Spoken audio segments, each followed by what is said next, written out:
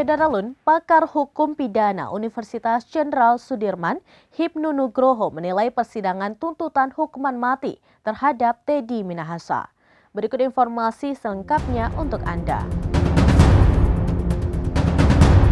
Syedaralun, pakar hukum pidana Universitas Jenderal Sudirman, Hipnu Nugroho menilai persidangan tuntutan hukuman mati terhadap Teddy Minahasa.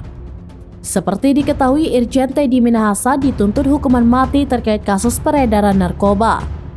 Tuntutan tersebut dibacakan oleh tim Jaksa Penuntut Umum atau JPU dalam persidangan di Pengadilan Negeri Jakarta Barat pada Kamis 30 Maret 2023. Hipnu Nugroho mengatakan tuntutan yang diterima Teddy Minahasa sudah sesuai.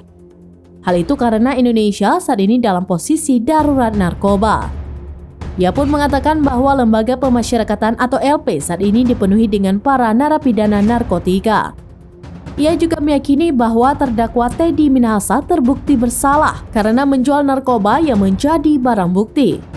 Terkait jaksa yang menyebutkan bahwa tidak ada pertimbangan hal yang meringankan hukum dari Teddy Minahasa, Hipnu menganggap hal itu adalah keadaan sosiologis.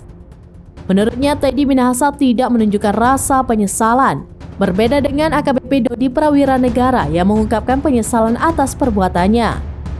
Hipnu pun menganggap hal tersebut yang menjadikan Jaksa Penuntut Umum atau JPU tidak memberikan dasar yang meringankan untuk Teddy Minahasa. Demikian informasi terkini, Syedaralun, saksikan terus beragam informasi